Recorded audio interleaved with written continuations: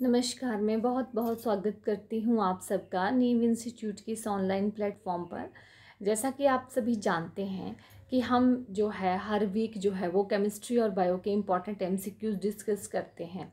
तो इस क्लास में मैं आपको केमिस्ट्री के इम्पॉर्टेंट एमसीक्यूज़ आपके साथ जो है वो डिस्कस करूँगी, जो आपके कमिंग टेट एग्ज़ाम के लिए बहुत हेल्पफुल होंगे। तो अपनी क्लास में चलने से पहले मैं आपको नीव इंस्टीट्यूट के बारे में कुछ बता दूं। जैसा कि आप सभी अपनी स्क्रीन पर देख रहे हैं, मिशन HPSSC। मिशन HPSSC का मतलब है कि नीव institute Himachal Pradesh staff selection commission and board के अंडर आने वाले डिफरेंट कम्पिटिटिव एग्ज़ाम की ऑनलाइन और ऑफलाइन कोचिंग प्रोवाइड करता है। इस सेशन में मैं स्पेशली बात कर रही हूँ हमारे HP टेट के बैच के बारे में। तो नीव इंस्टीट्यूट ने HP टेट की तीनों स्ट्रीम्स आर्ट्स, मेडिकल और नॉन मेडिकल के लिए जो है वो ऑनलाइन क्लासेस शुरू कर दी हैं।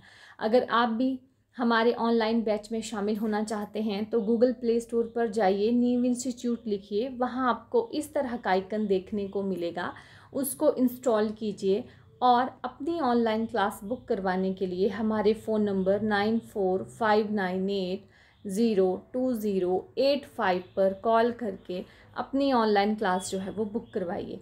अब मैं आपको बता दूं कि हमारी क्लासेस के ज्वाइन करने में आपके क्या क्या बेनिफिट्स हैं। Benefits of our online and offline classes. सबसे पहला बेनिफिट आपको मिलेगा वो है 1 week demo free. 1 week demo free हमारी online and offline both classes में रहता है। 1 वीक डेमो फ्री का मतलब है कि अगर आप हमारी क्लासेस ज्वाइन करने में इंटरेस्टेड हैं तो 1 वीक तक आप फ्री डेमो ले सकते हैं और एनालाइज कर सकते हैं कि क्या यहाँ पे जो आपको पढ़ा रहे हैं वो आपके सिलेबस के अकॉर्डिंग है, क्या टीचर इतने कैपेबल हैं कि वो आपको आपके जो है वो सिलेबस या एग्ज़ाम की तैयारी करवा सकते हैं या नहीं। इसके अलावा daily classes, weekly test and quizzes and doubt removal session भी हमारे इंस्टीट्यूट के मेन क्राइटेरिया हैं।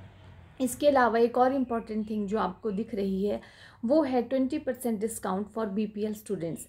नीव इंस्टीट्यूट जो है वो 20% डिस्काउंट BPL स्टूडेंट्स को देता है ताकि वो अपनी पढ़ाई कंटिन्यू रूप से कर सकें। जहाँ तक हमारी HP टेट की फ़ीस की बात है वो रहेगी 1999 रुपीज़ और इन रुपीज़ में भी हम 20% डिस्काउंट जो है वो BPL स्टूडेंट्स को दे रहे हैं। इसके अलावा मैं आपको बता दूं HP टेट में केमिस्ट्री एंड बायोलॉजी का पोर्शन जो है वो मेरे पास रहेगा। तो चलिए चलते हैं अपने केमिस्ट्री के इम्पॉर्टेंट MCQs की तरफ। सबसे पहला क्वेश्चन जो आपको दिख रहा है, question number 1, general electronic configuration of group 7 नहीं है, ये 17 है, group 17 elements of periodic table. तो जो आपका पीरियोडिक टेबल है उसमें ग्रुप 17 एलिमेंट्स को क्या कहते हैं। सबसे पहले तो मैं आपको बता दूं कि ग्रुप 17 जो है वो हेलोजन्स होते हैं। हेलोजन फैमिली जिसको हम बोलते हैं, ठीक है, हेलोजन, जिसमें हमारे फ्लोरीन, क्लोरीन, ब्रोमीन और आयोडीन, ठीक है, ये मेन एलिमेंट्स जो है वो रहते हैं। और ग्रुप 17 को हम हेलोजन फैमिली बोलते हैं क्योंकि ये जो है वो मोस्ट इलेक्ट्रोनेगेटिव एलिमेंट्स जो यहाँ पे पाए जाते हैं हेलोजन में, ठीक है, ग्रुप 17 में। और इसको हेलोजन फैमिली बोलते हैं क्योंकि ये हैलाइड्स बनाते हैं एल्कली मेटल्स के साथ। और यहाँ पे सबसे ज़्यादा जो है वो इलेक्ट्रोनेगेटिव एलिमेंट जो है वो है फ्लोरीन। और जहाँ तक इसकी इलेक्ट्रॉनिक कन्फिग्रेशन की बात है तो यहाँ पे जो है वो लास्ट इलेक्ट्रॉन जो है वो P शेल में जाता है, ये P ब्लॉक के अंडर आते हैं हेलोजेंस, ठीक है। और इनकी जनरल इलेक्ट्रॉनिक कन्फिग्रेशन है NS2Np5 क्योंकि ये सबसे ज़्यादा इलेक्ट्रोनेगेटिव हैं। आप देख रहे हैं कि इनकी लास्ट वाले जो है शेल उसमें 7 इलेक्ट्रॉन्स हैं और सिर्फ इनको 1 इलेक्ट्रॉन चाहिए अपना ऑक्टेट पूरा करने के लिए। तो ये सबसे ज़्यादा इलेक्ट्रोनेगेटिव हैं और इनकी इलेक्ट्रॉनिक कन्फिग्रेशन रहती है NS2Np5। तो क्वेश्चन नंबर 1 के अकॉर्डिंग राइट आंसर है NS2Np5। तो क्वेश्चन नंबर 1 का राइट ऑप्शन है option number C. Next question है, for a reaction to proceed in an electrochemical cell the EMF must be, कि अगर किसी जो रिएक्शन को प्रोसीड होना है इलेक्ट्रोकेमिकल सेल में, ठीक है, तो वहाँ पे EMF क्या होगा, ठीक है। तो मैं आपको बता दूं कि जो इलेक्ट्रोकेमिकल सेल्स होती हैं उनमें केमिकल एनर्जी को जो है वो इलेक्ट्रिकल एनर्जी में जो है वो चेंज किया जाता है। और मेरा आंसर बताने से पहले आप साथ में खुद सॉल्व करने की कोशिश कीजिए, ताकि क्योंकि आपका टेट का एग्ज़ाम आ रहा है तो आपकी जो है वो अच्छे से प्रैक्टिस हो जाएगी। तो ईएमएफ ऑफ द सेल हम कैसे फाइंड आउट करते हैं? EMF of the cell find out करने के लिए जो फॉर्मूला हमारे पास है ईएमएफ ऑफ द सेल, वो है, ईएमएफ फाइंड आउट करने का फॉर्मूला जो हमारे पास है वो है E cathode minus E anode. ठीक है, कि ई कैथोड की वैल्यू माइनस ई एनोड की वैल्यू जो है वो हम बड़ा लिखते हैं। ठीक है, तो ई कैथोड माइनस ई एनोड के फॉर्मूले से हमें ईएमएफ ऑफ द सेल मिलता है। तो किसी रिएक्शन को प्रोसीड होने के लिए इलेक्ट्रोकेमिकल सेल में ईएमएफ जो है वो पॉजिटिव होना चाहिए। क्या होना चाहिए? पॉजिटिव। अगर ईएमएफ की वैल्यू पॉजिटिव है तो वो रिएक्शन फिजिबल होगी, अगर नेगेटिव और जीरो है तो वो रिएक्शन फिजिबल नहीं होगी। तो क्वेश्चन नंबर 2 के अकॉर्डिंग राइट आंसर है option number A. For a reaction to proceed in a electrochemical cell the EMF must be positive. और ईएमएफ फाइंड आउट करने का फॉर्मूला है E cathode minus E anode. Next question है question number 3, which of the following is a molecular solid. कौन सा जो है वो मॉलिक्यूलर सॉलिड है? तो मॉलिक्यूलर सॉलिड कौन से होते हैं जहाँ पे एटम्स आपस में मिलकर जो है वो मॉलिक्यूल बनाते हैं। मॉलिक्यूल की फॉर्म में जो है वो कोई सॉलिड जो है वो एग्जिस्ट करता है। तो मॉलिक्यूलर सॉलिड भी जो है वो क्रिस्टलाइन सॉलिड्स का ही एक एग्जाम्पल है। ठीक है, तो सबसे पहला है आपका रॉक साल्ट। तो रॉक साल्ट आपको पता है ये जो है वो हमें सॉल्ट आयनिक फॉर्म में मिलता है, ये मॉलिक्यूलर सॉलिड नहीं है। यहाँ पे जो फोर्स ऑफ अट्रैक्शन होती है वो आयनिक होती है सॉल्ट में। ठीक है, सेकंड ऑप्शन है क्वार्ट्स, और जो होता है SiO2। तो क्वार्ट्स जो है वो एक कोवलेंट सॉलिड होता है, क्योंकि क्वार्ट्स में जो है वो जो Si होता है वो 2 ऑक्सीजन के साथ जो है वो कोवलेंट बॉन्ड से अटैच्ड होता है। ठीक है, आइस आपको पता है आइस जो है वो वाटर से बनती है। ठीक है, और वाटर जो है वो एक मॉलिक्यूल है। ठीक है, तो यहाँ पे आइस जो है वो एक मॉलिक्यूलर सॉलिड है। तो क्वेश्चन नंबर 3 का राइट आंसर है ऑप्शन नंबर सी। और जहाँ तक डायमंड की बात है तो डायमंड में जो है वो बहुत सारे कार्बन एटम जो है वो आपस में अटैच होते हैं, और एक कार्बन के साथ जो है वो 4 अदर कार्बन जो है वो कोवलेंट बॉन्ड के साथ जो है वो अटैच होते हैं। तो डायमंड आपका एक कोवलेंट सॉलिड है। तो क्वेश्चन नंबर 3 के अकॉर्डिंग जो राइट आंसर है वो है ऑप्शन नंबर सी। जो मॉलिक्यूलर सॉलिड है वो है आइस। नेक्स्ट क्वेश्चन है question number 4, the boiling point of a solvent on adding non volatile solute. कि जब हम किसी सॉल्वेंट में नॉन वोलेटाइल सल्यूट ऐड करते हैं, नॉन वोलेटाइल। ठीक है, तो सबसे पहले तो आपको ये पता होना चाहिए कि नॉन वोलेटाइल सल्यूट क्या होते हैं। देखिए, सल्यूट हमारे पास 2 प्रकार के होते हैं, volatile and non volatile. Volatile solute वो होते हैं जो एकदम से जो है वो इवेपोरेट हो जाएं, जैसे हमारी नेफ्थलीन बॉल्स वगैरह होती हैं तो वो सब्लिमेट हो जाती हैं, मतलब एकदम से इवेपोरेट हो जाती हैं। और नॉन वोलेटाइल वो होते हैं जो एकदम से इवेपोरेट नहीं होते, टाइम लगाते हैं। तो किसी सॉल्वेंट में जब हम नॉन वोलेटाइल सल्यूट इंक्रीज करते हैं तो उसका बॉइलिंग पॉइंट जो है वो इंक्रीज हो जाता है, क्योंकि नॉन वोलेटाइल सल्यूट जो है वो एकदम से इवेपोरेट नहीं होते। तो इस क्वेश्चन का राइट आंसर है option number B, the boiling point of a solvent increase on adding non volatile solute. Next question है, commercial alcohol is made of unfit for drinking by adding. जो commercial alcohol है उसको unfit बनाया जाता है drinking के लिए by adding. ठीक है, क्योंकि कमर्शियल एल्कोहल जो है वो बहुत सारे काम आता है, और मतलब वो क्लीनिंग एजेंट और बहुत एंटीसेप्टिक बहुत काम आता है, तो उसको अनफिट बनाया जाता है ड्रिंकिंग के लिए बाय एडिंग मीथेनल। ठीक है, मीथेनल ऐड करके कमर्शियल एल्कोहल को अनफिट बनाया जाता है ड्रिंकिंग के लिए। नेक्स्ट क्वेश्चन है, reaction used for the preparation of ether. Ether के प्रेपरेशन के लिए जो है वो कौन सी जो है वो रिएक्शन होती है? तो ईथर के प्रेपरेशन के लिए विलियमसन सिंथेसिस रिएक्शन होती है, ठीक है। Williamson synthesis reaction is used for the preparation of ether. इस रिएक्शन में जो है वो एक एल्काइल हैलाइड जो है वो प्रोटोनेटेड अल्कोहल के साथ रिएक्ट करके जो है वो ईथर की फॉर्मेशन करता है, और वो एक SN2 मैकेनिज्म है, ठीक है। कौन सा मैकेनिज्म है? SN2 मैकेनिज्म है ये, और इसको विलियमसन्स ने जो था वो क्लियर किया था, ठीक है, डिस्कवर किया था। तो reaction used for the preparation of ether is Williamson synthesis reaction. Next question, question number 7, which of the following is a non polar molecule? देखिए, सबसे पहले तो आपको पता होना चाहिए कि नॉन पोलर मॉलिक्यूल क्या होते हैं। नॉन पोलर मॉलिक्यूल वो होते हैं जिसमें जो है जो सारे के सारे जो है वो कोवलेंट बॉन्ड बनते हैं, और कोई पोलैरिटी जो है वो मॉलिक्यूल्स के बीच में नहीं होती है, क्योंकि वहाँ पे जो है वो कोई भी अनपेयर्ड इलेक्ट्रॉन नहीं बचते हैं, ठीक है। तो जैसे NH3 है, तो NH3 का स्ट्रक्चर जो है वो इस तरह से होता है, ठीक है, और उसके ऊपर 2 लोन पेयर ऑफ इलेक्ट्रॉन्स रहते हैं, ठीक है। तो ये एक पोलर मॉलिक्यूल है, क्योंकि ये पोलैरिटी जो है वो शो करता है। अगर मैं इस तरह से एरो दिखाऊं तो ये जो है वो पोलैरिटी शो करता है, ठीक है। HCl जो है वो एक लीनियर मॉलिक्यूल है, ठीक है, इस तरह से, और ये भी जो है वो पोलैरिटी शो करता है। CCl4, ठीक है, CCl4 में एक कार्बन के साथ जो है वो 4 क्लोरीन जो है वो एक टेट्राहेड्रल शेप में अटैच होते हैं, और कार्बन के बीच कोई भी लोन पेयर नहीं बनता है। तो ये एक जो है वो नॉन पोलर मॉलिक्यूल है, क्योंकि इसकी पोलैरिटी जो है वो सारी अलग अलग डायरेक्शंस में जा रही है, कोई भी सेपरेशन ऑफ चार्ज नहीं हो रहा है, ठीक है।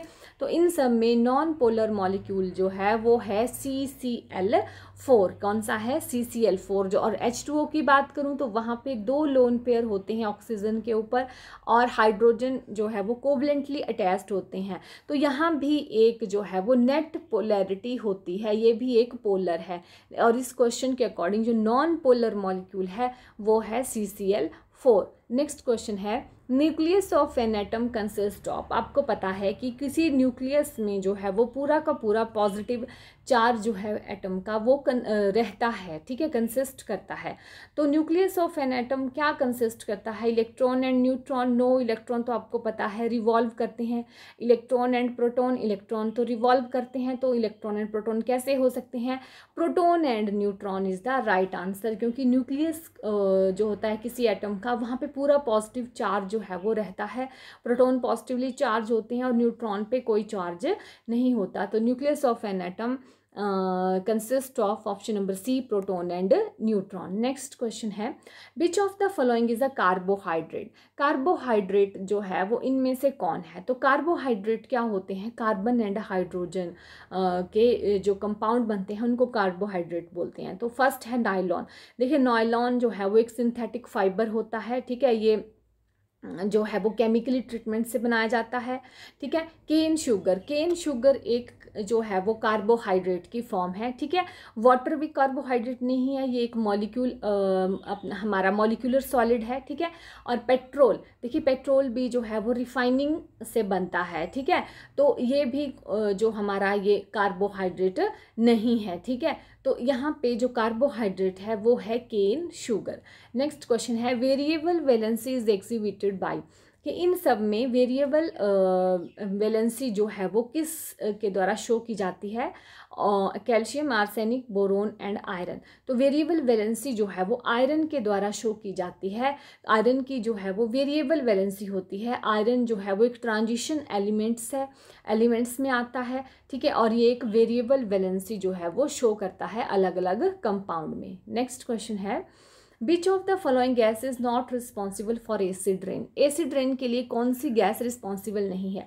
तो सबसे पहले मैं आपको बता दूं एसिड रेन क्या होती है। जब वाटर में हमारी गैसेस जैसे sulphur dioxide, carbon dioxide and nitrogen dioxide मिलती हैं, तो ये जो है वो वाटर के साथ मिलकर एसिड बनाती हैं। जैसे सल्फ़र डाइऑक्साइड सल्फ्यूरिक एसिड बनाएगी, कार्बन डाइऑक्साइड कार्बोनिक एसिड बनाएगी, नाइट्रोजन डाइऑक्साइड नाइट्रिक एसिड बनाएगी।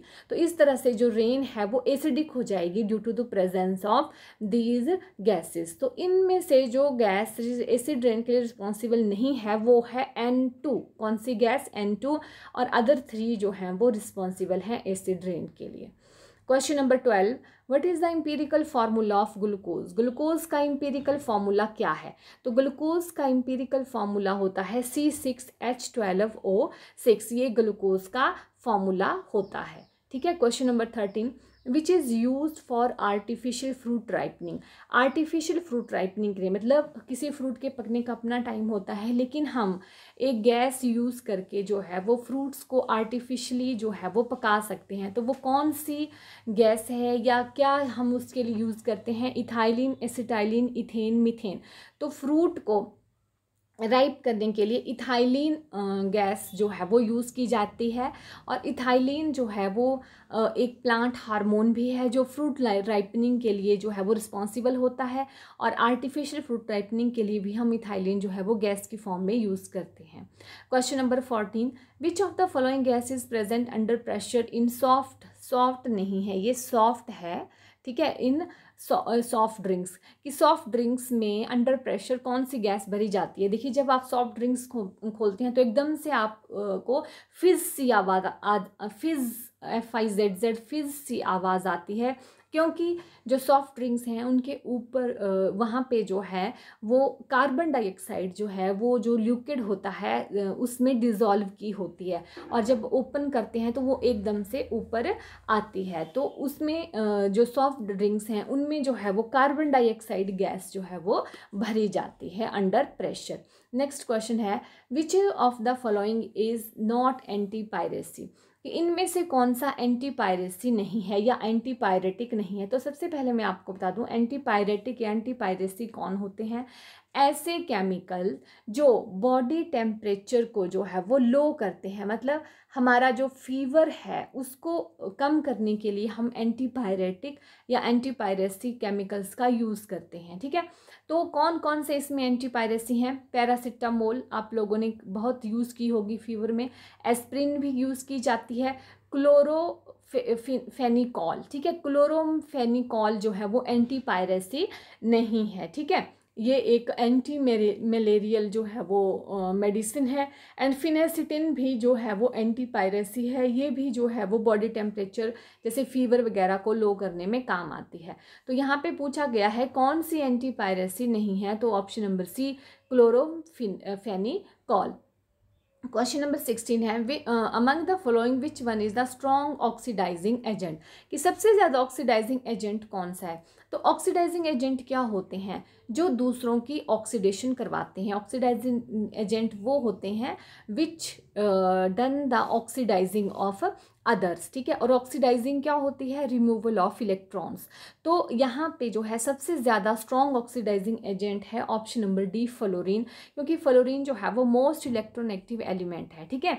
तो वो ये इलेक्ट्रॉन्स को अपनी तरफ अट्रैक्ट करता है और दूसरों से रिमूवल ऑफ इलेक्ट्रॉन्स करवाता है। तो स्ट्रॉन्ग ऑक्सीडाइजिंग एजेंट है फ्लोरीन, क्योंकि ये ऑक्सीडेशन करवाते हैं, मतलब रिमूवल ऑफ इलेक्ट्रॉन्स में हेल्प करते हैं। नेक्स्ट क्वेश्चन है, टूथ डीके होगा, यहाँ पे एक वर्ड मिसिंग है, tooth decay take place at. ठीक है। कि जब हमारे दांत खराब होना शुरू हो जाते हैं तो हमारे माउथ की pH क्या रहती है? तो tooth decay starts at pH 7, pH more than 7, pH less than 5.5। ठीक है। तो pH 7 जो है वो न्यूट्रल है, pH मोर देन 7 जो है वो बेसिक सोल्यूशन होते हैं, और pH लेस देन 7 जो है वो एसिडिक होते हैं। तो हमारा टूथ डीके जो है वो मोर एसिडिक मीडियम में स्टार्ट होता है जब हमारे माउथ में एसिड ज़्यादा बढ़ जाते हैं। तो option number C, tooth decay takes place in pH less than 5.5। आगे है, element of the first group are called. First group में जो मेटल्स होती हैं, हमारी एलिमेंट्स होते हैं पीरियोडिक टेबल में, उनको क्या कहते हैं? उनको कहते हैं एल्कली मेटल्स। फर्स्ट ग्रुप में होते हैं हमारे एल्कली मेटल, और वो होते हैं lithium, sodium, potassium, rubidium, caesium and francium. और इन सब में जो है वो फ्रांसियम जो है वो रेडियो एक्टिव एलिमेंट होता है। इसके अलावा नोबल गैसेस ग्रुप 18 होती हैं, हेलोजन हमने अभी डिस्कस किया वो ग्रुप 17 होती हैं, एल्कली मेटल्स ग्रुप फर्स्ट हैं इस क्वेश्चन के अकॉर्डिंग राइट आंसर। लैंथेनॉइड्स जो हैं वो अलग से जो है वो सीरीज होती हैं, लैंथेनॉइड्स एंड एक्टिनॉइड्स की। नेक्स्ट क्वेश्चन है density of water is maximum at, density of water सबसे ज़्यादा किस में होती है, कौन से टेम्परेचर पे होती है? तो density of water is more maximum at 4 degree Celsius. तो आपको पता है वाटर में जो है वो हाइड्रोजन बॉन्डिंग होती है, ठीक है। तो density of water is maximum at 4 degree Celsius. Which of the following has the highest ionization enthalpy, highest ionization enthalpy किस में होती है? तो सबसे पहले मैं आपको बता दूं आयनाइजेशन एंथैल्पी क्या होती है। आयनाइजेशन एंथैल्पी होती है आयनाइजेशन एनर्जी जो किसी एटम से, जैसे ये हमारा एटम है, ठीक है, और उससे हमने जो है वो लास्ट वाला इलेक्ट्रॉन मोस्ट लूजली, क्योंकि वही जो है वो रिमूव करने के लिए आसान होता है, ठीक है, न्यूक्लियस से पहले हम उसको ही रिमूव कर सकते हैं। तो मोस्ट लूजली बाउंडेड जो इलेक्ट्रॉन होता है उसको रिमूव करने के लिए जो एनर्जी रिक्वायर होती है उसको बोलते हैं आयनाइजेशन एंथैल्पी और आयनाइजेशन एनर्जी, ठीक है। तो सबसे ज़्यादा जो है वो किस में होती है? तो यहाँ पे ऑप्शन है phosphorus, nitrogen, arsenic and Sb, ठीक है। तो मैं आपको बताऊं कि हाईएस्ट आयनाइजेशन एंथैल्पी, तो आयनाइजेशन एंथैल्पी जो है वो डाउन द ग्रुप जो है वो डिक्रीज करती है। क्या करती है? डिक्रीज करती है, ठीक है, क्योंकि नंबर ऑफ शेल्स जो हैं वो बढ़ती हैं। तो सबसे ज़्यादा आयनाइजेशन एंथैल्पी की वैल्यू नाइट्रोजन में होगी, क्योंकि ये जो सारे के सारे एलिमेंट हैं ये इस तरह से जो है वो डाउन द ग्रुप होते हैं। और सबसे ज़्यादा आयनाइजेशन एनर्जी जो है वो नाइट्रोजन की होगी, क्योंकि इसका साइज़ जो है और सब में छोटा होगा। जैसे जैसे हम डाउन द ग्रुप जाएंगे नंबर ऑफ शेल्स जो है वो इंक्रीज़ करेंगी और आयनाइजेशन एनर्जी की वैल्यू जो है वो डिक्रीज़ करेगी। तो सबसे ज़्यादा आयनाइजेशन एंथैल्पी की वैल्यू होगी ऑप्शन नंबर बी, नाइट्रोजन की। तो ये थे हमारे आज के इंपॉर्टेंट MCQs। आई होप ये MCQs आपके कमिंग टेट के एग्ज़ाम में बहुत हेल्पफुल होंगे। नेक्स्ट वीडियो में हम और इम्पॉर्टेंट MCQs लेके आएंगे। तब तक के लिए thank you and have a nice day.